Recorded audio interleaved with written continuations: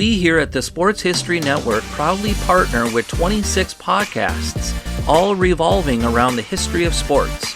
But did you know that many of our hosts were sports history authors way before they started their shows? It's true.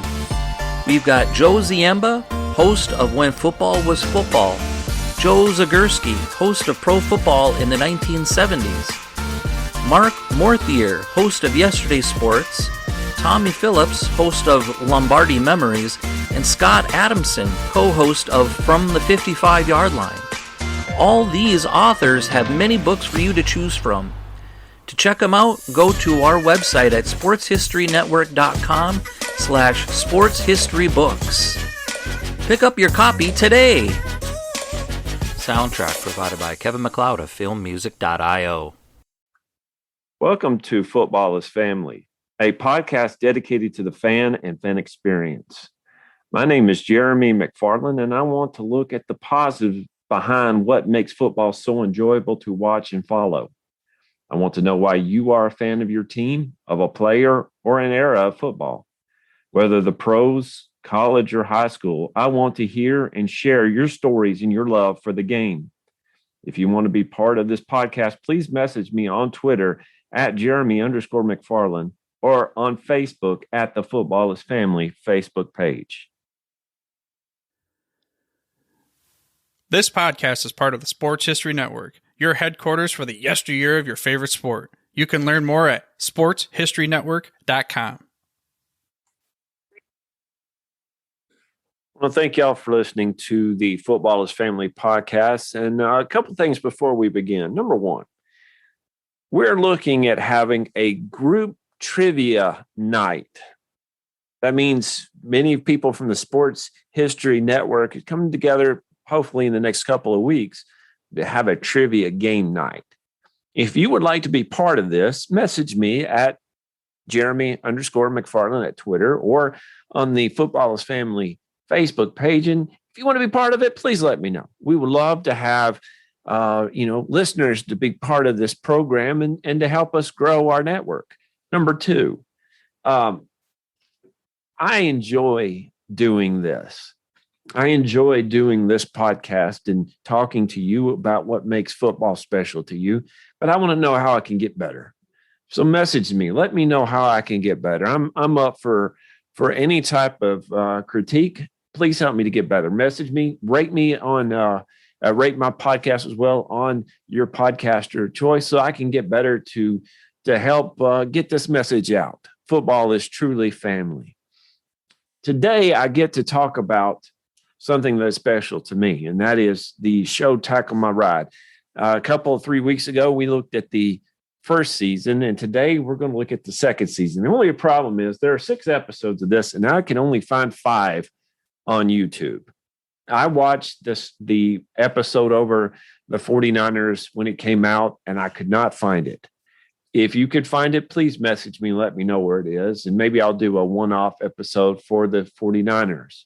But I couldn't find it. That being said, I have 5 more to look at today, and that's what we're going to look at in this episode. But before we get into that, I wanted to plug this ad real quick. If you're listening to this podcast, you are probably a sports history fan. And if you are into sports history, you need to check out newspapers.com. At newspapers.com, you get to access 640 million pages worth of news from the U.S., Canada, England, Scotland, Ireland, and more, dating from 1798 to yesterday. Get a free week's subscription to newspaper.com by visiting sportshistorynetwork.com/newspapers. And with a paid subscription, you will help the production of this and other Sports History Network shows. And we have a lot of shows on the sportshistorynetwork.com. I encourage you to go over there and look at that when you get the chance. But today I'm going to talk about the second season of Tackle My Ride. Now, if you haven't listened to the first season critique, I encourage you to do that. But Tackle My Ride basically was the NFL and some of the teams got together and looked at some deserving fans who needed their ride tackled. Basically, they went in, painted and redid and put new engine, new transmission, new tires and things like that deserving fans' cars, SUVs or trucks. And when you look at the original vehicle, they definitely needed a lot of help. When James Torres and his sons got finished with him, the ride was just amazing. It looks amazing, and even though you might not be fans of these particular teams, I tell you what, it's amazing what happens.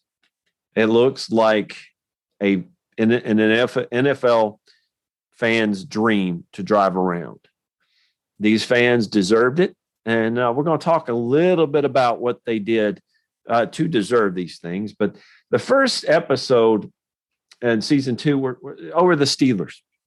Now, this is something that my friend Darren over at the Pigskin Dispatch would love to see. This is an amazing car. Even though I'm not a big Steelers fan, I respect the tradition and I respect the way this car looks. Lamar Woodley and James, they go up to Pittsburgh and meet with Ryan Shazier. Now, at this moment, Ryan Shazier was playing in the NFL. Now he is a coach for the Steelers, if I remember correctly. He had a bad neck injury and can't play anymore. But when he played, he was just an amazing linebacker. And I remember going up against him several times on Madden. And I tell you what, I knew exactly where he was, and I tried to stay away from him. Now, Ryan Shazier grew up in a tough situation. He has what is called as alopecia, and he is a member of the Alopecia Association, helping children who alopecia basically is the lack of hair on the top of your head. You're born like this, or it develops. These children are ridiculed and they're made fun of, and that's awful.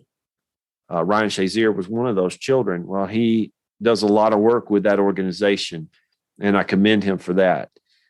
Those children do not deserve what they get. But, with Ryan Shazier, he brings up this lady. This lady is Amanda. And actually, it's funny part, they go up to Pittsburgh to meet with Ryan Shazier, but Amanda lives in Houston, Texas. Amanda had an interesting story herself.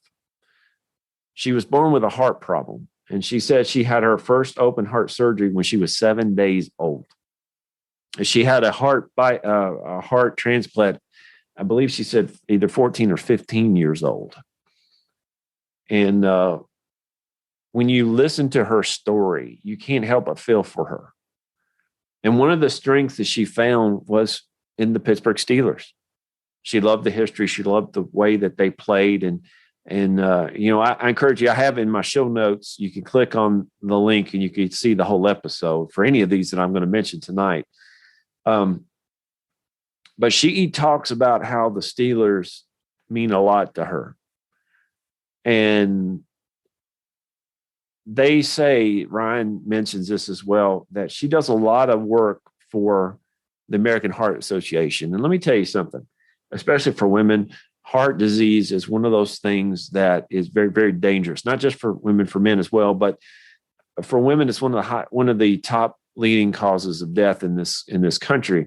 And she says that she's had to learn how to eat better. And she actually went to culinary school to learn how to eat better. And she goes around showing people better ways to eat. And she works alongside the American Heart Association to show people how to eat better and to show people better choices for meals. She's also obviously a big proponent for organ donors.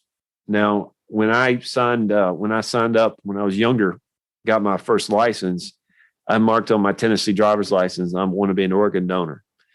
I believe that is one of the most important things I can do. If I pass away and my organs are useful, I don't need to take them with me. For each person, it's up to them to decide.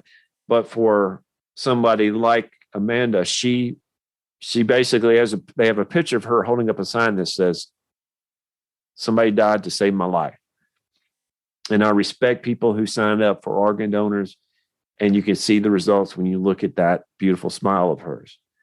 She drives a 2007 Saturn. She calls it the broke mobile. It says that the window didn't even work. Now, I've never been to Texas, In Tennessee here, it is brutal, and you have to have some sort of air running through. I can't imagine what it's like in Houston. They take the admitted customs, takes her car, redoes it, puts Steeler yellow with black Wolverine stripes.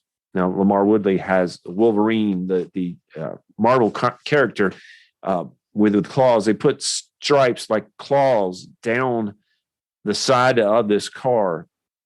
They also added loudspeakers to them. I'm not a car guy. I mentioned this before, and I don't. When people were talking about specifics for cars, it just kind of goes in one ear and out the other. All I know is that it shook the stadium. Amanda gets to go to the Pittsburgh Stadium for the first time in this episode, and she looks at the car and gets to play the music, and it's amazing. It just shakes the stadium. It shakes the stadium. Again, let me encourage you to watch the episode, and you'll see what I'm talking about, how beautiful this car looks. And again, she definitely deserves it. And by the way, they do fix the window motor. That's important to understand. That that's one thing she wanted. It's not the broke mobile anymore. It's the Steeler mobile.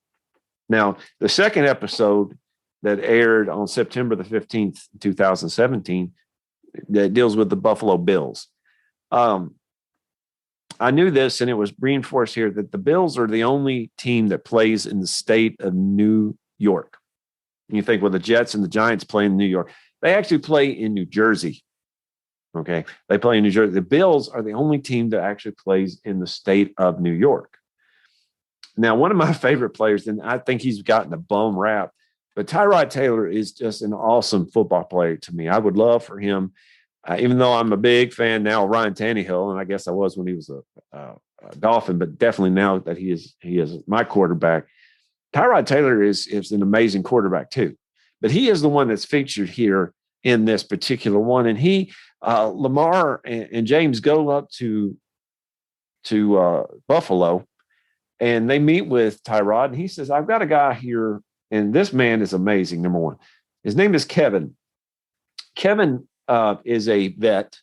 And if you're listening and you are a veteran active service, thank you for your service. America, we salute you. Thank you for what you do. Kevin said he lost his leg in service when he was in Afghanistan. And it was gruesome. He said he basically passed out in Afghanistan, woke up in America, had to lose his leg because of poisoning. And the one thing that he says here is, and this is rough. And I want to tell you something that we talked about last month, that mental health is important. Mental health is extremely important to vets when they return to, well, quote, real life, unquote. I just finished the book, American Sniper, and I ended up watching the movie. Never seen it before. We don't understand, if you've never been in active combat or in a combat situation, whatever it may be police, it may be fire department, it may be anything that involves a lot of stress for a long period of time. It's hard to relate to that. And we think, well, when they get home, they could, you just go right back to what you were doing. But if you're put in a situation like Kevin was, or like when we talk about other people, you don't know what you're going through. It's not like you can just turn it off. Kevin understands that. And what Kevin does is he goes out and he would drink coffee with them or talk with a vet. And he would drive them 6 hours one direction, 6 hours the next, 12 hours total in a day to take somebody from Albany, New York to Buffalo, New York. Now, I've never been up to New York, but that's a lot of driving. That's a lot of driving. But he says, I'm that big of a Bills fan.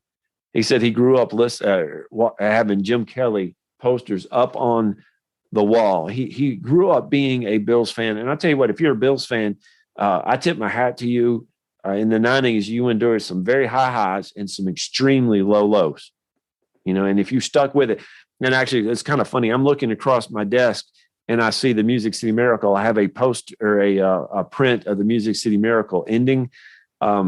I feel for you, but at the same time, there were no flags on the field. We did score that touchdown. It was a legit touchdown in the playoff, in the AFC playoff game in 2000. I'm just saying.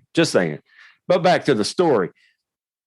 Kevin would take them, and he wants them to understand, the vets in particular, he wants them to understand that they are not alone, that they do not have to endure this by themselves. He drives a 2014 F-150. Now, this is one of the vehicles that I actually, if I could have this in Titan Blue, I would want this. It seemed better days, but he is also a volunteer firefighter. And he says he actually has a firefighting leg. I don't know, well, how do you do that? Well, it's actually pretty neat. I encourage you to watch the video. What they do is they take this, James and his sons, take this 2014 F-150, redo the inside, redo the outside in what looks like tactical coloring with Bill's battalion on the side, putting folds of honor siding and bumper on it, and redo the engine and everything inside of it. And by the way, on the back, they have kind of like a shelf that you could pull out, and he could put his firefighting gear and his tailgating gear in it. And he doesn't have to get up on top. If you've ever had to get in the back of a tailgate, it kind of gets tough after a while. Well, with one leg, it's got to be rough. Well, they make it so that he doesn't have to do that. He could pull out his firefighting gear and his tailgating gear, and he can do his thing and help other people. Kevin, I salute you. Bill's, Tyrod, we salute you. Thank you for your service. And again, I encourage you to watch that episode. It's neat. The third episode was actually the 49ers. Don't have that one, but we're going to go to the next one. Next one, if I could have this, I would have this one too. The next one is up in Chicago. Kyle Long, who is a bad mamma jamma. Let me just say that. I'm just talking about Kyle Long. I enjoy watching him play offensive line. He talks about a police officer named Mark. Mark works the night shift in order for him to be able to coach youth football. And he's been coaching for 26 years. So he works at night. It doesn't matter how tired he is. He coaches them during the daytime. That's a lot of respect. On the back of my Ford Edge, I actually have the state of Tennessee outline with a blue stripe through it for, we back the blue. It didn't help me when I got a speeding ticket on 840 in Tennessee. So if you have something like that on the back of your car, they do not care if you're going a little bit above the speed limit, like I did, a lot. They'll pull you over. They'll pull you over. I'm just kind of giving you a little bit of warning. See, that's what you get here on the Football's Family podcast. A little bit of truth and a lot of warning. Don't speed. Just don't speed. But anyway, he drives a 99 Ford Explorer Sport Track, which, by the way, is discontinued. So they had to search to find parts to fit it. But I've never been to Chicago either. But I've been to Cleveland, and I know that there's a lot of snow. And in Cleveland, they have a lot of salt on the ground. They basically said if there's snow on the ground, they're going to put salt on the ground. And with salt comes a lot of rust. It was neat to see them pull all the rust off of the bottom of this truck. Mark also works with the law enforcement athletic program for at-risk children. Again, that's awesome. After it's done, the Ford Explorer Sport Track looks like a Bears fan dream vehicle.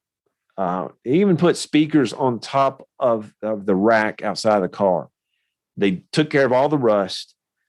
It looks like a Bears dream come true. All for Mark.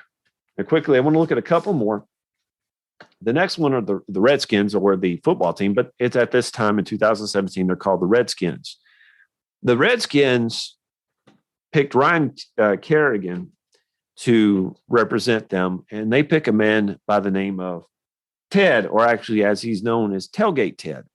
What Tailgate Ted does is he'll go up to home games, and he says, I grill with about 13 other people, and we serve food to about 600 people a game. We don't charge for it, but what we do is we take up donations, and these donations go to help charities. I believe he mentioned something about the homeless in Washington, and in Washington, D.C., I've been there a couple of times. I do know that there's a lot of homeless problems like there are in other cities around this country, but in Washington, it seems to be pretty bad. Tailgate Ted remembers going to games with his father. But when his father passed, what's neat about this is, and not neat about the father passing, but what neat about what his father did is that his father put Tailgate Ted on the waiting list to get season tickets when he was a kid. And he said about just a little bit after his father died, the Washington Redskins called him and said, "Do you want season tickets?" And he found out that his dad put him on there. And this is, that tells you something about football truly being family right there. He picked a Ford. His car was a Ford E250 van. In the back of the van, he would pile all his equipment to cook and to make for the tailgating. He said the doors doesn't work, the locks don't work, the heater doesn't work. There's a lot of rust. In fact, when they pulled up the bottom part of the van, there was a big hole in it where the rust basically ate out a hole, and they had to fix that up. What this turns into is a tank. Oh, it's burgundy and gold Redskin tank with pull-out drawers and things organized. And basically at the end of the episode, Lamar and James said, "You're going to cook for us," and Tailgate Ted starts cooking. That's what he does. That's how he helps the community. But the last one is in Atlanta. And this was Vic Beasley, who played for the Falcons at the time. He helps a man named Lamar. Lamar works with the Toys for Tots.